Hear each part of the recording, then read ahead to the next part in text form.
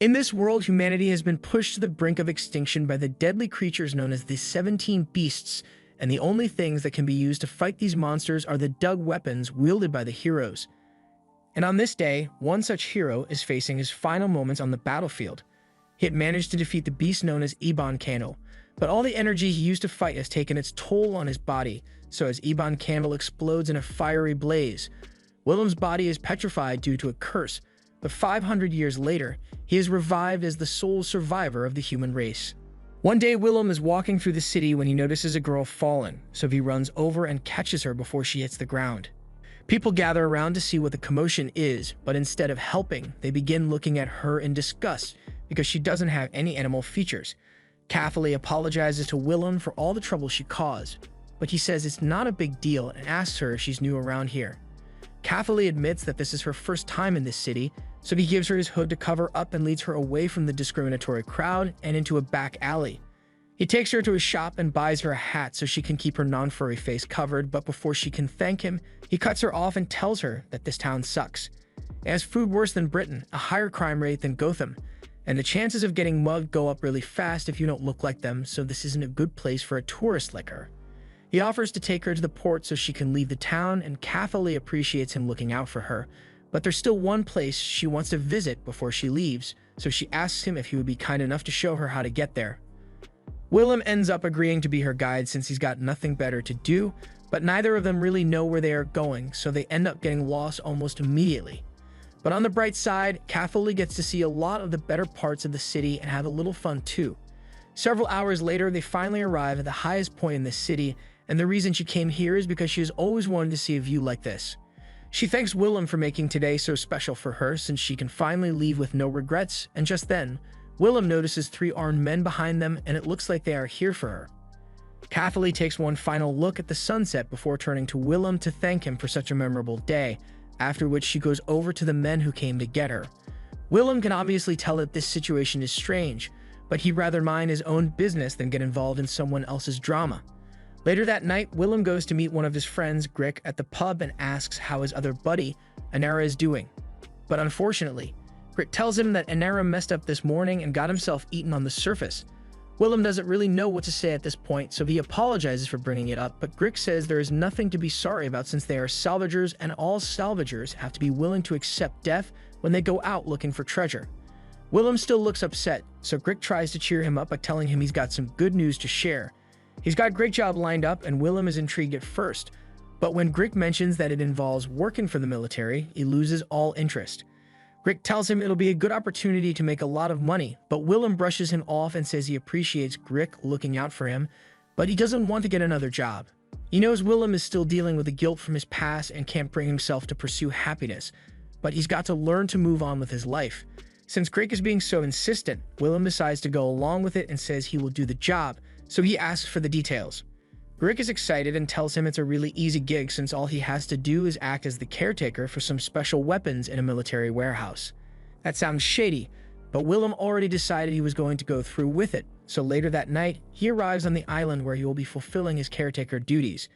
However, as he is walking towards the warehouse, he suddenly gets attacked by a little girl with a stick, and even though he could easily dodge her, when she loses her balance, he chooses to save her instead. So he ends up falling in the muddy water instead. Just then, the girl Willem met earlier today comes up running up and she's shocked to see him here.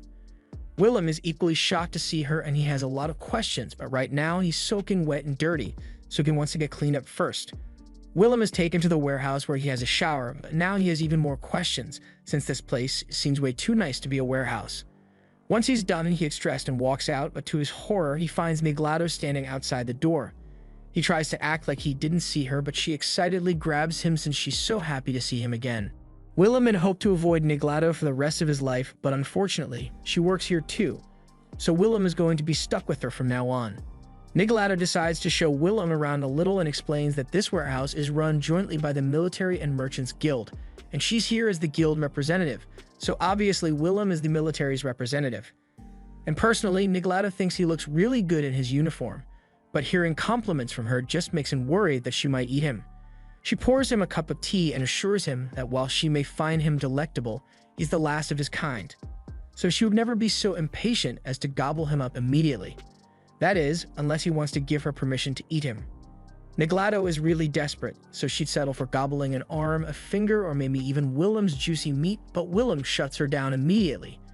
Anyway, Willem changes the subject and asks Niglato what his job as a caretaker is, but she informs him that he doesn't really have to do much.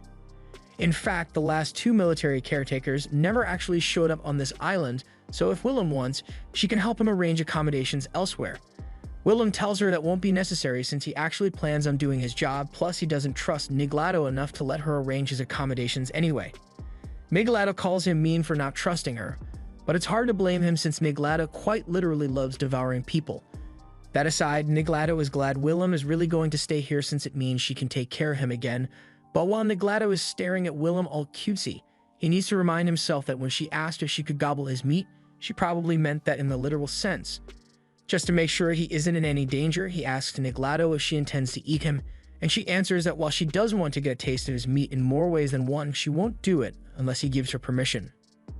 Willem acts like he didn't hear that, and instead asks Niglato for some information about what kind of job this is, because from what he knows, he is meant to be taking care of some special weapons, but he hasn't seen anything like that around.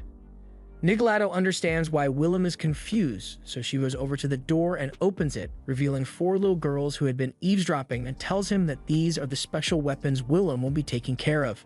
The next morning, Willem is introduced to all the children that live here, and he's wondering when the child labor laws got repealed because it makes no sense to him how these kids would be considered military weapons. Regardless of the ethics of the situation, he is still meant to be their caretaker, so he tries to make a good first impression on them. However, all the kids are deathly scared of him for some reason, so whenever he tries to get close to them, they mostly run or hide. Just then, Niglato licks him on the cheek and says the serious look on his face made him look so delicious, so she couldn't stop herself from tasting him. While a little disturbing, Niglato's inappropriate actions did give Willem an idea of how to win over the kids. He heads over to the kitchen and girls follow him to see what he's up to, but they are surprised that Willem can cook so well. When he's done, he holds out a spoon for Keithalie to taste the food he made, but she's too embarrassed to do it, so Nefren tastes it instead, and she absolutely loves it. Step 1 of Willem's plan is finally done, so he moves on to step 2 and uses his sauce to make some delicious pudding for the kids. The kids absolutely love the dessert, and where they were avoiding him before, now they are pretty much flocking to him. A little while later, he is outside watching some of the girls play with one another, but while chasing after a ball, Almeda falls off a cliff. None of her friends really seem to care though, so Willem runs down to check if she's alright. Almeda is clearly not alright, but she kinda just awkwardly laughs about nearly getting herself killed and hobbles over to get the ball despite her severe concussion. Willem is starting to realize that something is off about these girls, so after treating Almeda's wounds, he asks Niglato for a proper explanation. Niglato asks him if he's sure he really wants to know, because once she tells him the truth about the girls, he won't be able to look at them the same way ever again. Willem is already well aware of the 17 beasts that roam the surface, so Niglato leads Willem down into the basement where the weapons used to fight those beasts are kept. Willem is shocked to see this since these are all dug weapons used by the human braves centuries ago, and the only people capable of wielding the weapons are humans. But the beasts wiped out almost all life on the surface, including the humans, so all the surviving species were forced to live on various floating islands. Normally, there would be no one left to use the dug weapons, but that's when Niglato informs Willem that those girls are a special species of fairies called leprechauns, and they have mimicked humans for so many years that they are practically the same as humans, and as such, they are capable of using the dug weapons. And to make them effective weapons, the girls have been raised to have no regard for their own lives, so they would happily march to their deaths at any time.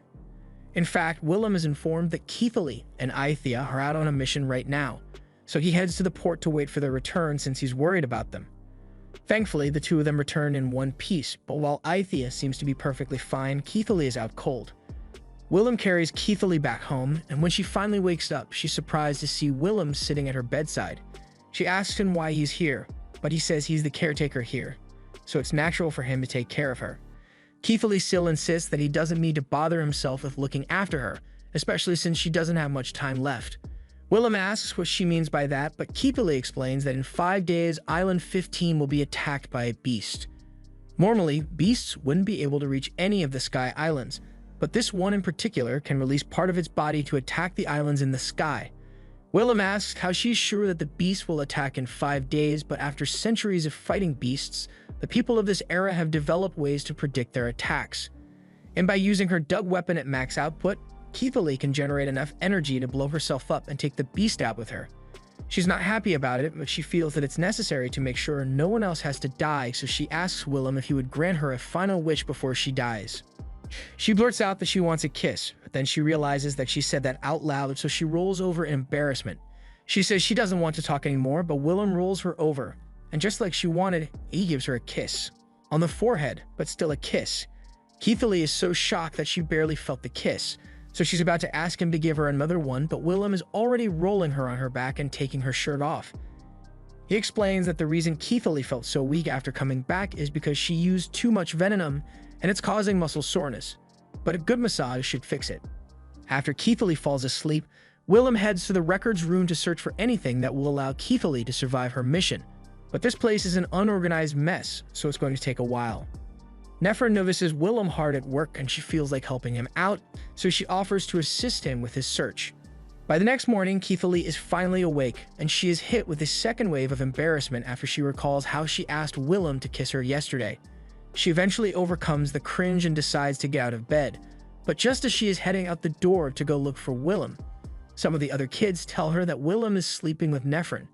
It's technically true, but they could have worded it better since Willem is just letting Nefren sleep on his lap because she was up all night helping him. Keithalee asks what they were doing here, so Willem explains that he was looking through the records for a way to prevent Keithalee from having to blow herself up during her mission. But hearing this upsets her, so she tells him she doesn't need his pity. This is the only way for them to defeat the beast, and she has already made her mind up to go through with it. Willem can see that she isn't willing to compromise on it, so he asks if she wants to have a little training match with him so he can prove his point. Keithalee is confused by his request, but she goes along with it anyway. Although she warns Willem that fairies like her are the only people who can wield the dug weapons properly, Willem ignores her warning, so the match begins and Keithalee intends to end it in one swing. However, a second later she lands face first in the dirt.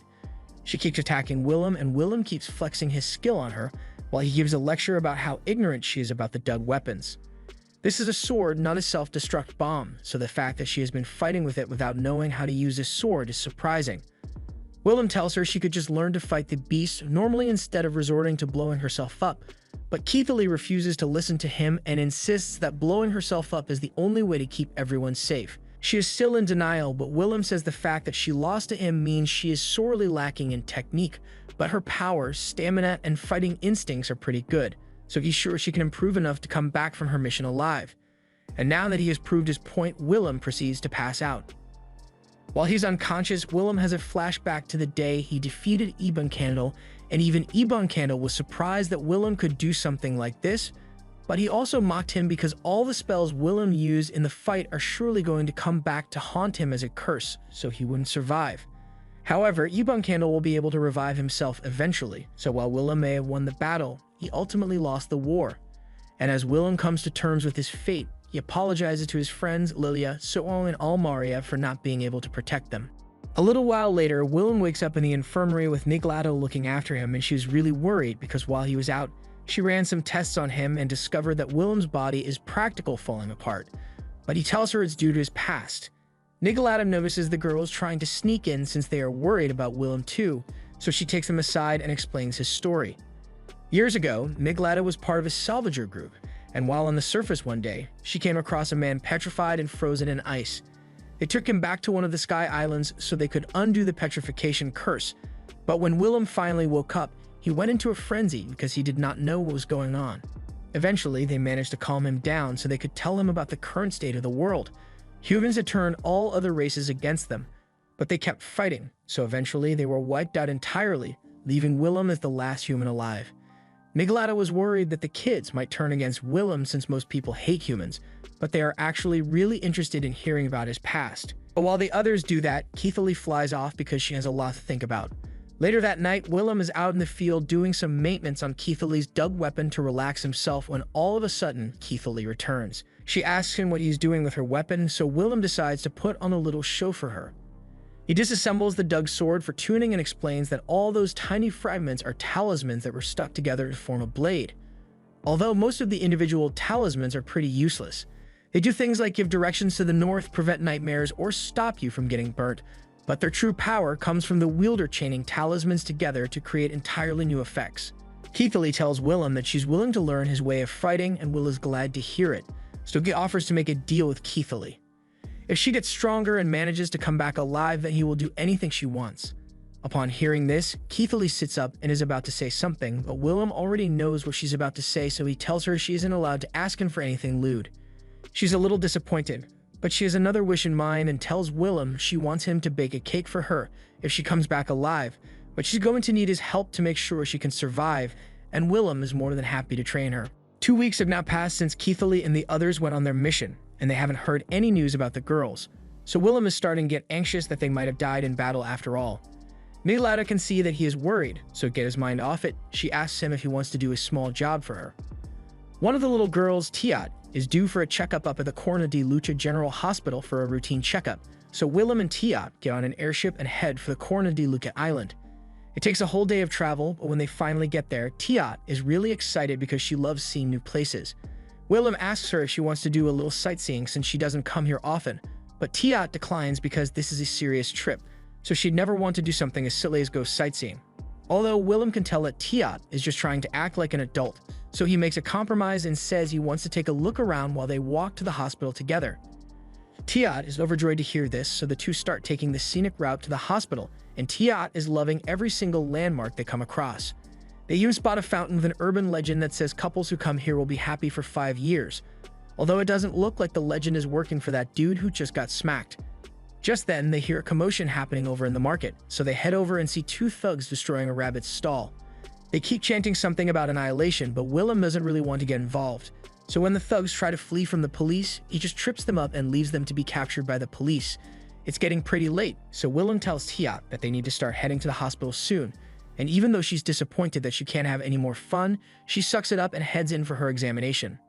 While Tiat is still being examined, the doctor comes up to Willem and tells him there's nothing out of the ordinary with Tiat, and that's good to hear, but Willem still doesn't know what the purpose of this checkup, so he asks the doctor for an explanation. The doctor explains that not all fairies are capable of using dug weapons, so those who awaken the ability to do so are brought here for an examination and tuning so they can become fairy soldiers.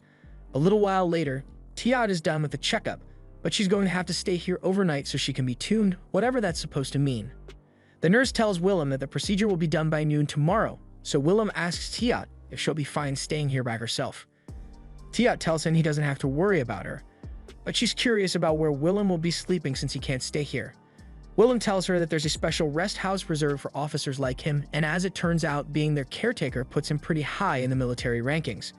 He is ranked as a technical officer, and with that rank comes the perk of this amazing room in the local military base, so Willem spends the night here, and the next day he prepares to go pick Tiat up. However, as he's about to leave the base, he accidentally bumps into a dog woman. This was clearly an accident, so he tries to move on and continue with his plans, but the woman stops him because she has a favor to ask. She wants to know if Willem can help her get in touch with Limeskin since there's something she needs to discuss with him. But Willem tells her that Limeskin is currently with Keithley and the others fighting a beast, and a magic barrier was put up around the area, so communications would be impossible. Just then, here's some soldiers panicking because they just received some news about the mission Keithley was sent on, and to his horror, they tell him that the mission was a failure. Willem falls to his knees in tears at the realization that Keithley and the others most likely died in battle. However, even though the mission was a failure, it turns out that Keithley and the others are actually still alive. So the second Willem sees them, he runs to hug Keithley as fast as he can. During that battle, all the training Willem gave Keithley was really paying off since she was dominating the battlefield all on her own. So the mission was on track to be successful, but unexpectedly, a second beast appeared out of nowhere. And this one was much stronger than the initial threat. So Limeskin ordered everyone to retreat and declared this mission a failure since there was no way they could win at this point. However, Keithley refused to accept that since she promised Willem that she would win and come back alive, so in order to make sure they don't lose to the beast, she was prepared to charge back in alone. But as she approaches, she begins seeing horrifying visions that stop her in her tracks. In the end, they had to retreat after all, and they were forced to crash the entire island to get rid of the beast, but Willem is just glad they all made it back all right. Limeskin commends Willem for the training he gave Keithley, because it really made a difference in her combat abilities.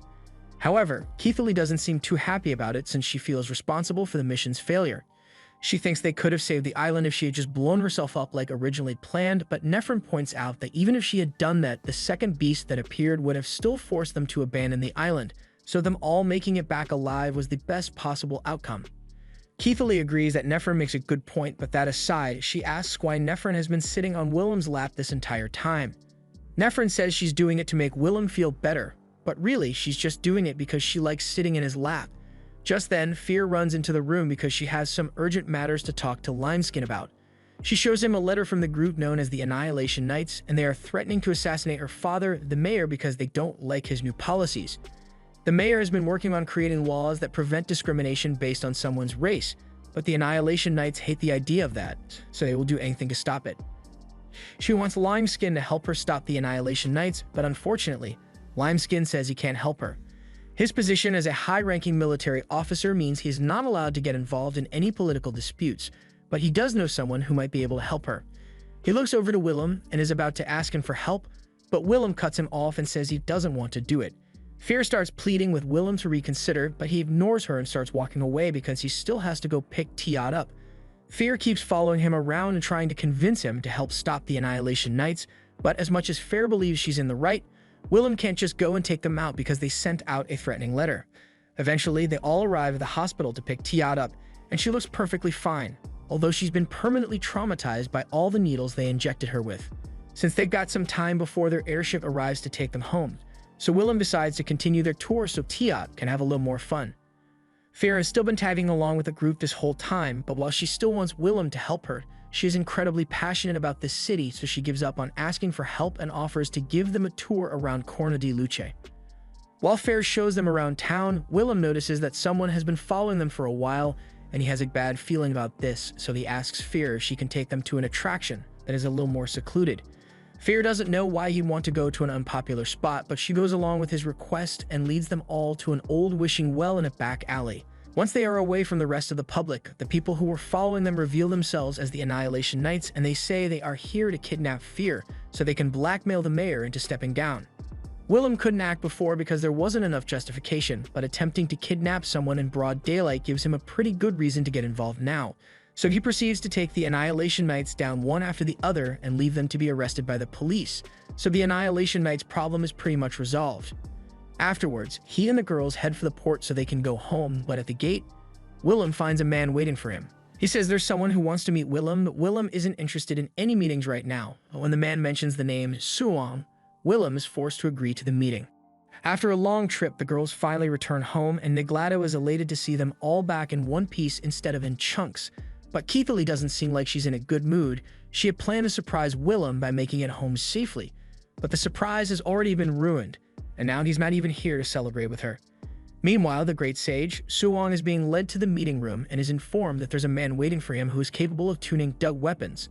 Suong doesn't believe it at first since there's only one man who is capable of tuning dug weapons, and he's long dead by now. However, to his utter shock, he sees that man sitting right in front of him. Willem is glad to see Suong again after so many years, and Suong has a lot of questions to ask, so they sit down to catch up with one another. Willem explains that he was petrified on the surface for 500 years, but he was found and revived. However, Willem is curious to find out how Suong is still alive since 500 years have passed. Suong reveals a mass of dark energy swirling in his chest where his heart should be.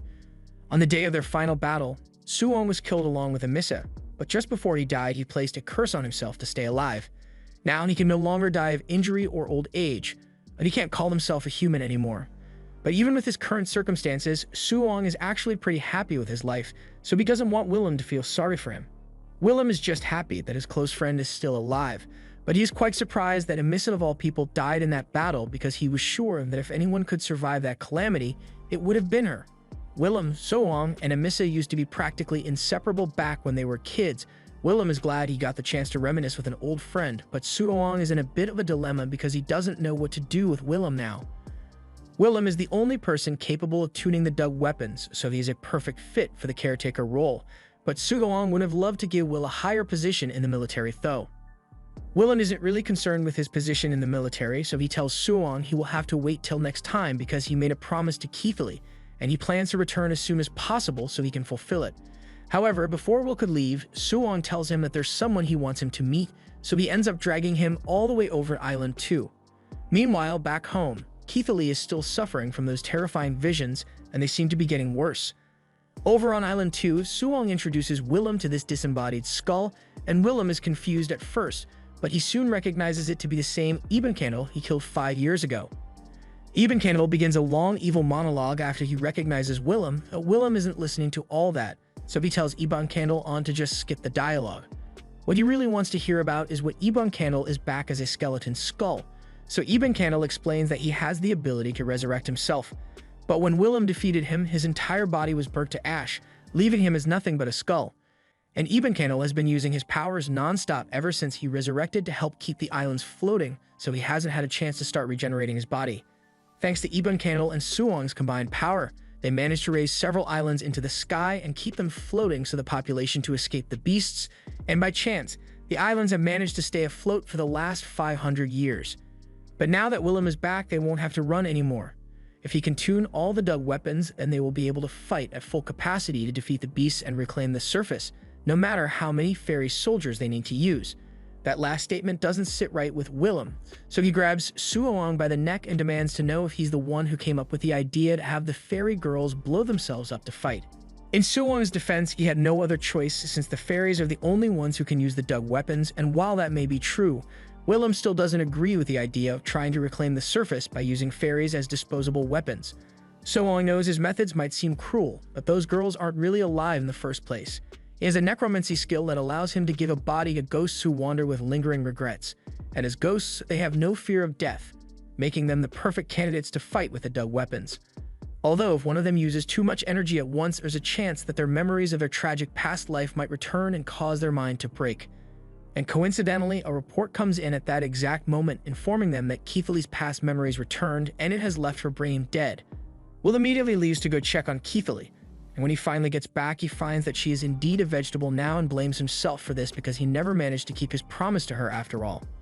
Meanwhile, inside Keithley's shattered mindscape, she comes face to face with her past self named Elk. By this point, she had lost all her sense of who she is or why she would want to continue alive, so she would normally be doomed to wander this realm aimlessly forever. However, she recalls the promise she made to Willem that she wouldn't let herself die, so she regains her self-awareness and returns to her body. At the same time, Willem had been sitting next to Keithley's bed with Niglato all night, and he is still blaming himself for what happened to Keithley. He has lived through enough tragedy to know that not everything can be fixed, but even so, he still wanted to make Keithley happy. However, he clearly failed at that, so he wonders why Keithley ever liked him in the first place. Just then, he hears Keithley's voice as she tells him that she has a lot of reasons to like him. He was the first person to help her when they first met. He was the first to show her a way of fighting that didn't involve sacrificing her life, and he was the first person she ever fell in love with. Willem is at a loss for words, but he is so happy that Keithley is alright that he embraces her, and Keithley breaks down in tears. The next day, Willem begins training some of the other girls in the front yard, and Keithley seems to be doing a little better, but for some reason her hair has started changing color. Elsewhere, on one of the surface surveillance ships, two fairy soldiers, Moff and Ron, are in their room while Ron takes a look at some of the ancient books they found on their recent expedition.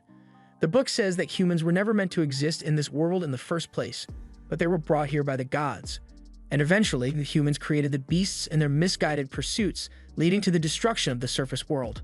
That's all Ron could read from the book since she doesn't understand the old human language well, but before she could come to any conclusion, there's a knock at the door, and it turns out to be Grick, so he introduces himself to the two and tells them that he's a salvager. Back at the warehouse, everyone is glad to see that Keithley isn't a vegetable anymore, but since this is the first time a fairy has ever recovered from a mind break, she wants to run some tests on Keithley to make sure she's really alright. Miglata runs a couple tests on Keithley's blood, but even after the tests, she still has no idea what's happening to Keithley. Keithley asks if there's something wrong with her, but Niglato tells her that there's nothing particularly wrong with her body. The only point of concern is that when Niglato ran the silver blood test that detects spirits, there was no reaction with Keithley's blood. Fairies are technically spirits, so normally Keithley's blood should have immediately turned black, but since it didn't react, at least scientifically, Keithley is no longer a fairy. Keithley asks if that's the reason her hair changed color as well, but Niglato has no way of confirming that. She'll need to run a few more tests, but for now, she tells Keithley that she doesn't need to worry since her body is perfectly healthy.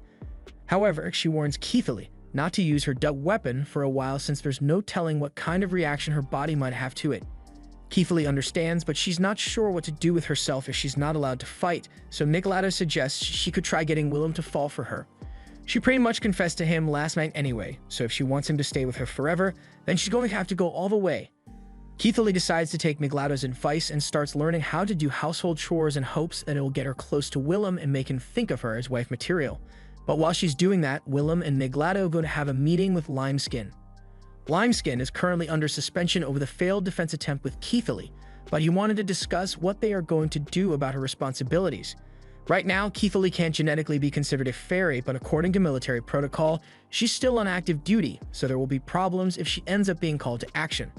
Miglado asks if Limeskin could do something to get Keithley taken off the rosters for now, and normally he would be able to. But if an order comes from someone who outranks him, there's nothing he can do. Just then, Willem comes up with an idea and asks the two of them if they know the great sage, Suoan. They tell him that everyone knows him as he holds the most powerful within the military, so Willem tells Miglado to write a report specifically mentioning Willem's name, and saying he wants to be given full authority over Keithley. He's sure Suoan is going to approve it to get on Willem's good side again, but there's still the problem of finding someone to replace Keithley since Aethia and Ren won't be able to handle threats on their own and the rest of the girls aren't ready to fight yet. Nicolado informs Willem that there are actually two more active duty fairies, Moff and Ron, that they are currently stationed on a salvage ship as security. However, as we check in on Moff and Ron, we see that the salvage group they are guarding is currently under attack by a beast. The regular soldiers try shooting at it, but their bullets do absolutely nothing, so the beast begins slaughtering them one by one. Rick has had a few run-ins with beasts like this, so he pulls one of the soldiers behind cover and warns him to stay silent because this beast reacts to sound and motion, so if everyone just stays perfectly still, they will be fine. Unfortunately, the dumbass captain decides to start up the ship to ditch all the salvagers and escape. But as it turns out, starting up a ship involves a lot of noise and motion, so it gets the attention of the beast. And it's crazy how the beast grew arms just so it could start boxing the ship, but luckily, Moff catches up to it and uses her dug weapon to slice it to bits. Most of the crew manage to survive, but with their ship destroyed, they are pretty much stuck on the surface until help arrives. On the bright side, Grick tells the girls that they won't have to worry about fighting any more beasts for a while since that one was of the fourths, and those kinds of beasts usually don't live near one another, so there shouldn't be any more in the area. Back in the sky, Willem is ordered to head to the 45th island to be debriefed on the situation. He is informed that a rescue mission has been approved to recover the fallen salvage crew, and he is to send one ferry soldier to help, but the transport ship they would normally use is being remodeled, so it'll take 15 days to get it ready. Willem asks why they don't just use a smaller ship to rescue the crew as soon as possible, but his superior explains that the crew was a crew of salvagers, and they were carrying a ton of valuable relics and antiques from the human ruins, so they need a large ship to carry it all back. Willem knows he won't be able to convince his superior to change his mind about this, but he reminds him that if they wait 15 days, then the chances of the crew being attacked by beasts are much higher. However, the superior says there are 2 fairy soldiers with the crew, so they should be able to protect everything, even if it means sacrificing themselves in the process. Willem is enraged to hear his superior talk about the fairies as if their lives are worthless, but he maintains his composure and says he has a favor to ask. Afterwards, Willem heads outside to meet Keithley, who has been waiting for him. He tells her he's going to send Nephron on the rescue mission, but will personally accompany her this time because he is sick of sending the girls into dangerous situations without him. There's also another reason he wants to go since the salvage team found a dug weapon with the ability to keep the user's mind in perfect condition. He knows Keithley won't admit it, but he can tell that the disintegration had some lasting effects on her and there's no telling when it might get worse, so he wants to use the sword to help her. Keithley is glad that Willem is worrying about her, but she doesn't want to let him risk his life alone, so she says she will go with him. Willem is firmly against the idea since Keithley genetically isn't a fairy anymore, so she can't fight. And besides, there's no way his superior would ever authorize her to go on the mission with him. However, later that day, Keithley manages to get authorization to accompany Willem on the mission, and she's really happy about it, but Willem points out that the only reason she was authorized is because his superior thought Keithley was his lover. When Willem introduced her, his superior thought he wanted to bring Keithley along for some naughty fun. He doesn't like the fact that he is being misunderstood here, but Keithley says she doesn't mind the misunderstanding and would happily do that stuff for Willem if he asked, but Willem shuts her down. The next morning, Keithley is in the kitchen making breakfast and Willem is sleeping in the library again, so Aethia comes to wake him up.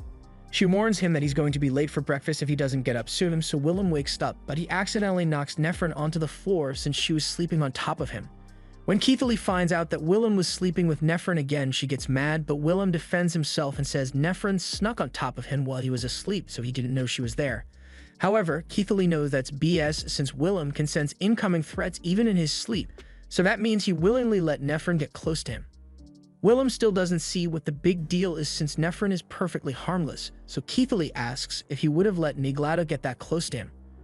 Willem tells her that Niglato is different since there's a very real threat that she might eat him, but if that's the case, then Keithley asks what he would have done if she had tried to get on top of him.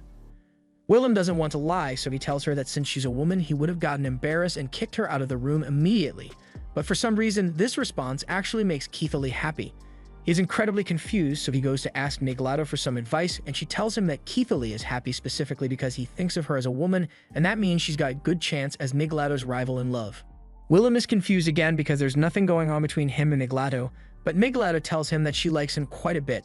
And since she's a troll, her species is compatible with Willem, so they could probably start a family together, and honestly nothing would make Niglato happier than being with Willem, but she chose not to pursue him for Keithley's sake. Willem is stunned and doesn't know how to respond to Niglato's confession, but she doesn't expect a response and tells him they can just pretend like they never had this conversation. After that, Willem heads outside and notices all the girls looking up at the sky. Keithley explains that there's a meteor shower happening, so they are really excited to see it. And while Willem is watching the shower too, she decides to finally make a move and nervously tries to hold Willem's hand. But to her surprise, Willem beats her to it and holds her hand instead. There's a good chance she might actually get a happy ending here despite the blue hair romance failure rate.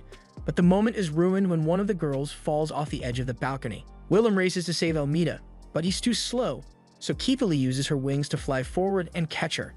Thanks to that, Almida is fine, but Willem is really upset that Keithley used her powers in her current condition. He warns her that generating venom like that could cause her mental disintegration to get even worse, and he doesn't want to lose her. Keithley assures him that she's perfectly fine, but later that night, while she's in the shower, she starts having more visions of her past life, causing her hair to become even more red. Keithley heads out to try and clear her head, but she is still having those strange visions, and they have become even more vivid than they were before. Just then, she hears someone approaching, so she turns around and sees Aithia standing there. But all of a sudden, Aithia asks Keithley who she is. Keithley thinks that's a strange question to ask since she and Aithia have known each other their entire lives, but she thinks Aithia is just messing around, so she plays along and tells Aithia that her name is Keithley. Aithia is glad to see that Keithley still remembers who she is, so she gets down and tells her that she needs to ignore all those visions of her past life, because the more she focuses on them, the worse her mental disintegration will become until she forgets who she is altogether. And she knows this from personal experience because isn't actually the real Aithia. The real Aithia suffered from mental disintegration after the memories from her past life resurfaced, and it ate away at her consciousness until eventually, all that was left were the memories of her past life. That's when the current Aithia woke up, and to her, it felt like she had just woken up in someone else's body. She was extremely confused, so she began to search around the room to figure out what was going on, and that's when she came across the original Aithia's diary. The original Aithia had kept a diary of every day of her life up till the point that disintegration happened, so the current Aithia came to realize that the original Aithia is gone and she has replaced her.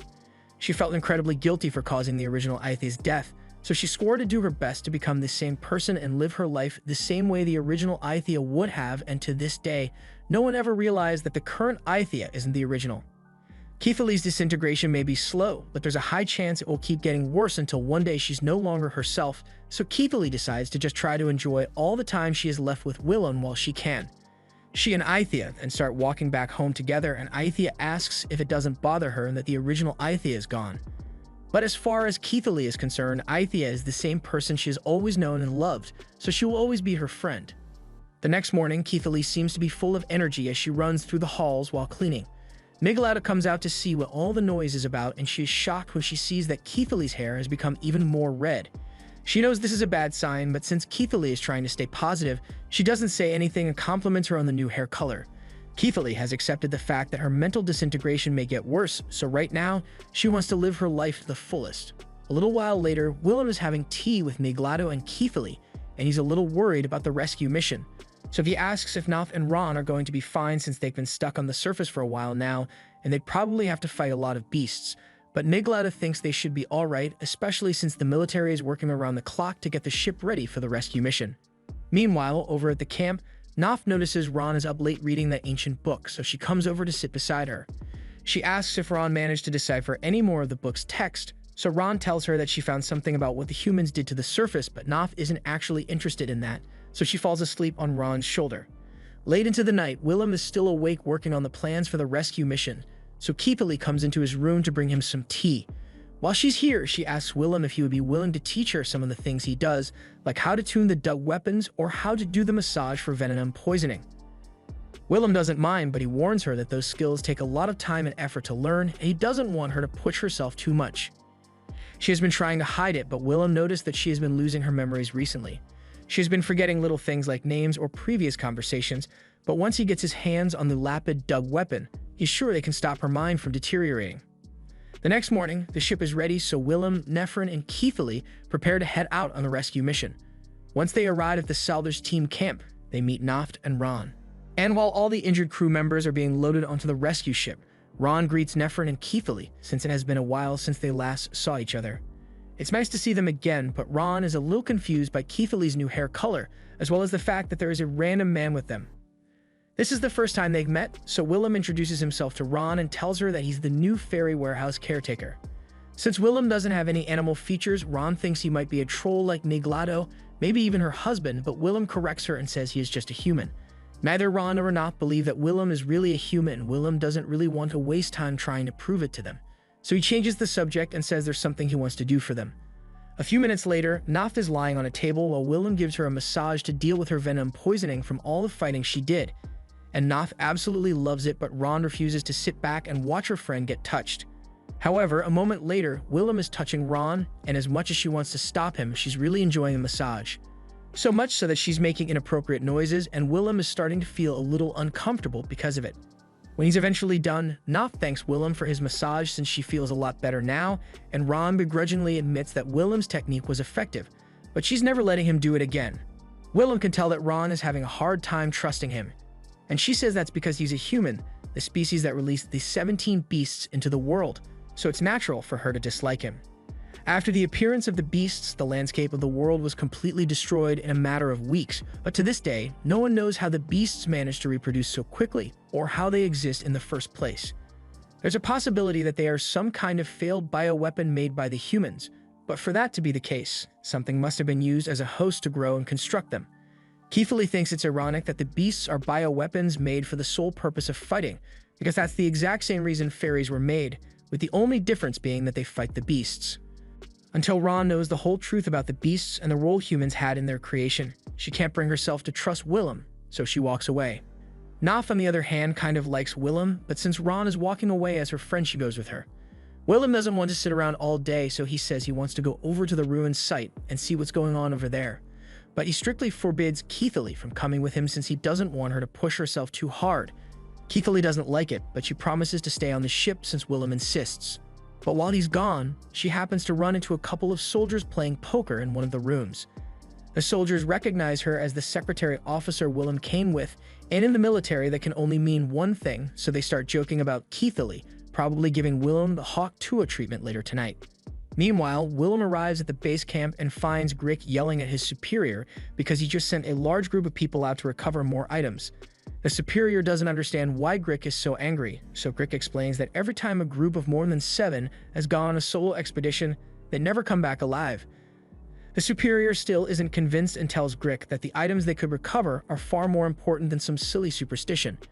Willem already knows there's no way they can recall the expedition squad, so he tells Grick to just let it go and prepare in case something goes wrong.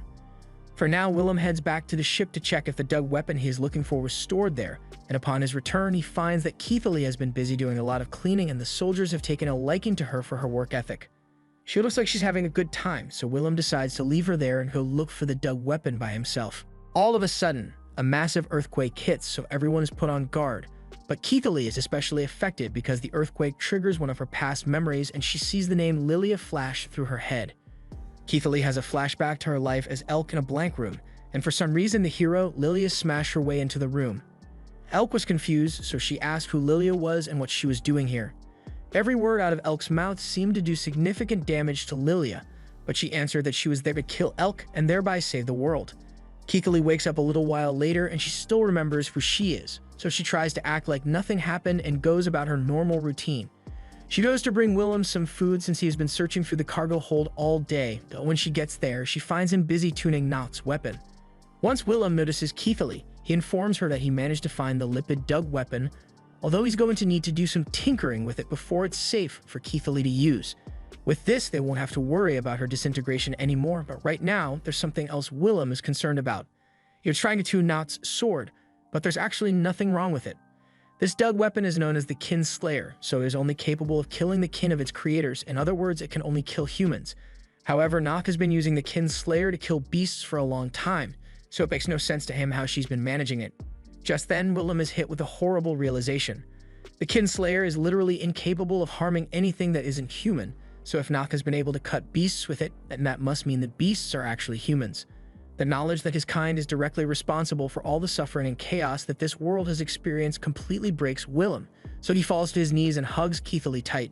Keithley feels really embarrassed and she doesn't know why Willem is doing this, but she can tell that he needs some emotional support, so she lets him hug her a little longer.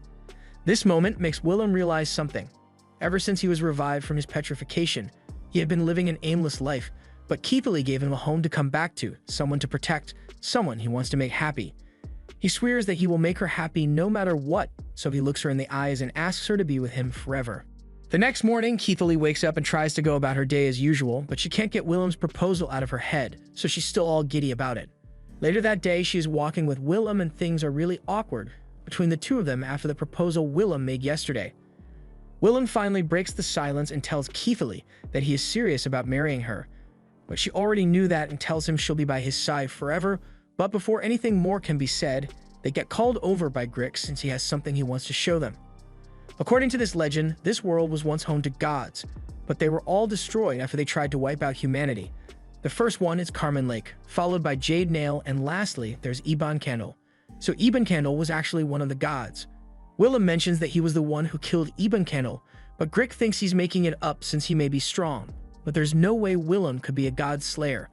For now, Grick just moves on and tells Willem he has something else to show him. He leads him to the ruins of a house, and from what Willem had told him, this should be his childhood home. Willem begins having flashbacks to the past and the people he left behind, and he is filled with deep regret for never making it back home to them. All of a sudden, Keithley starts getting visions again, and it feels like something is calling out to her, but whatever it is coming from underground. Grick and Willem notice something is wrong with Keithley, so they ask if she's alright, but in the next second, the ground beneath their feet crumbles, and they are all sent falling into unknown territory. At the same time, beasts begin to emerge from cracks and crevices all over the ruins, so Nephrin has to fly out and engage them to prevent unnecessary casualties. Meanwhile, down in the cave, everyone seems to be alright, but Keithley is still having visions, so she doesn't notice the giant boulder that's about to crush her. So Willem jumps in and pushes her out of the way before she gets hurt. Keithley finally snaps out of her daze, and she's worried about Willem since he got hit by the rocks, but Willem says he's fine.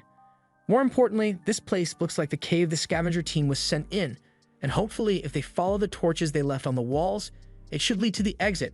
However, as they follow the torches, all they find are the half-rotten remains of the scavenger team.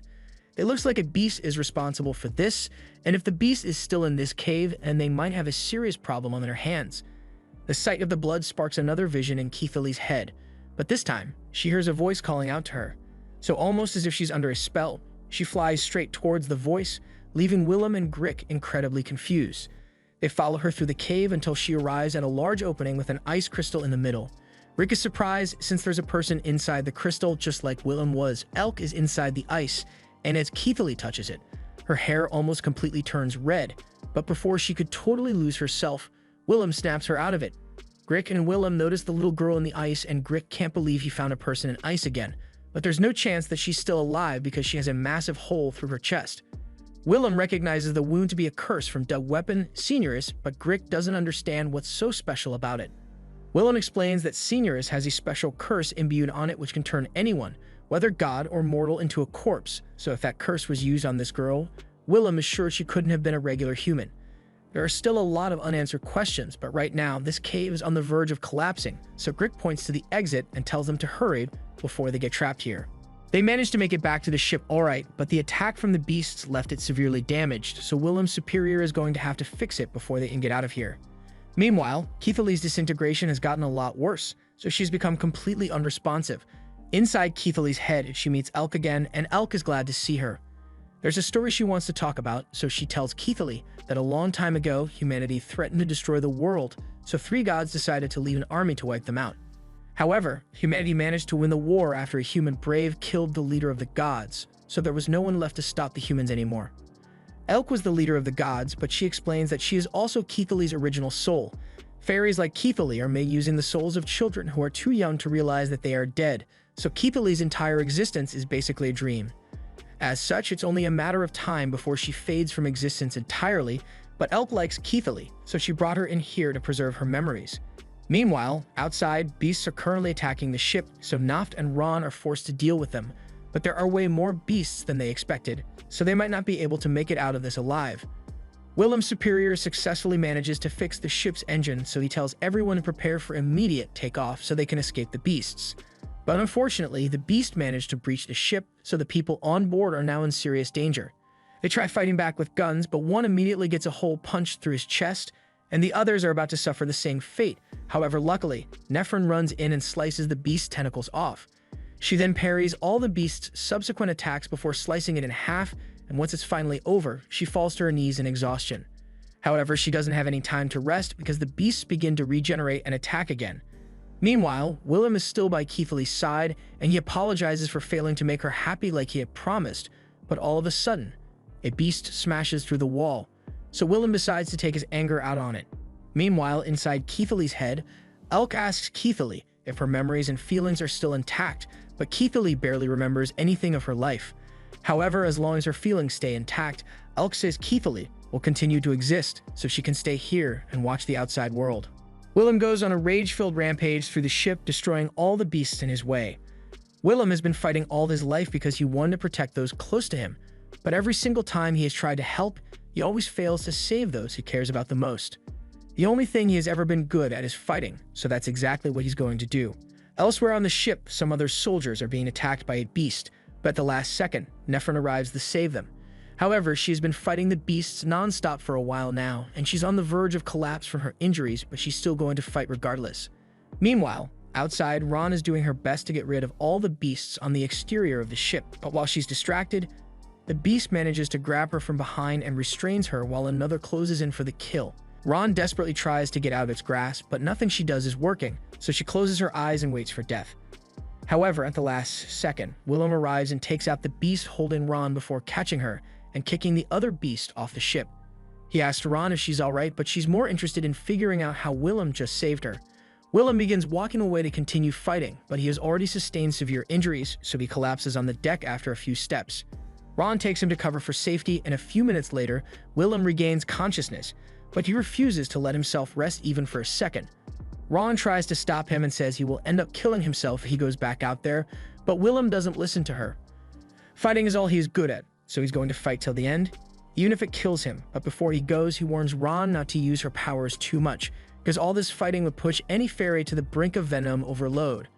From her mindscape, Keithley watches as Willem walks through the ship with a death wish, and she doesn't like it, so she tells Elk that she has a favor to ask. Elk already knows what Keithley is going to say, so she outright refuses. Keithley tells her she made a promise to Willem that she would always be by his side, plus there's something she still needs to tell him. Elk tries to talk Keithley out of it, since if she goes back, she will fade away entirely, all her memories, all her feelings. Keithley as a whole will cease to exist. Keithley doesn't like the idea of disappearing forever, but she hates the idea of Willem dying alone even more, so regardless of the consequences, she wants to go back to him. Back on the ship, Nephron is still fighting the beasts, and she's still holding her ground, but the venom buildup is starting to cause her mind to disintegrate as well, so she gets knocked into a crate. She is starting to lose control of her body, and she knows that there's no way she will survive at this point, so she gives up on trying to keep her venom at a moderate level and goes all out to kill the beast. After that, Nephron is left convulsing on the ground, and to make matters worse, one of the ship's engines is blown out, so it tips over and Nephron is about to fall out. The soldiers want to try to save her, but she tells them to stay away since she has already gone past her venom limit, so at any moment she might explode. She falls off the ship and accepts her death, but at the last second, Willem grabs her hand to save her. He refuses to lose anyone else today, so he says he's going to pull Nephron back up, and she can see how hard he is trying. But she tells him she's not worth it. She might explode soon, and if that happens, this entire ship will be destroyed. So as much as she would like to stay with him, she has to let go. Willem watches as Nephron falls to her death, but he refuses to let things end like this, so even if it costs him his life, he's going to make sure he saves her. Meanwhile, Keithalee is slowly walking towards a hole in the wall and picks up the wounded Noth's dug weapon. Noth tries to talk Keithalee out of what she's about to do because if she goes down there, she is guaranteed to die. But Keithalee is willing to accept that because she's gotten to experience true happiness, so nothing else matters now. She dives off the ship and begins flying towards Willem and Nephron to save them, and just before they hit the ground, she manages to cushion the fall with her wings. Willem and Nephron are shocked to see Keithalee. There's no time to talk since there's still a horde of beasts to deal with. Keithalee activates the dug weapon and charges towards the horde for one final battle, and as she fights, she reminisces about all the wonderful memories she has had with Willem. It may not have been a perfect life, but Willem made her special, so she wouldn't change a thing about it. And as the beasts pierce through her body, she opens her fairy gate and unleashes a massive venom explosion, killing all the beasts in the area, including herself.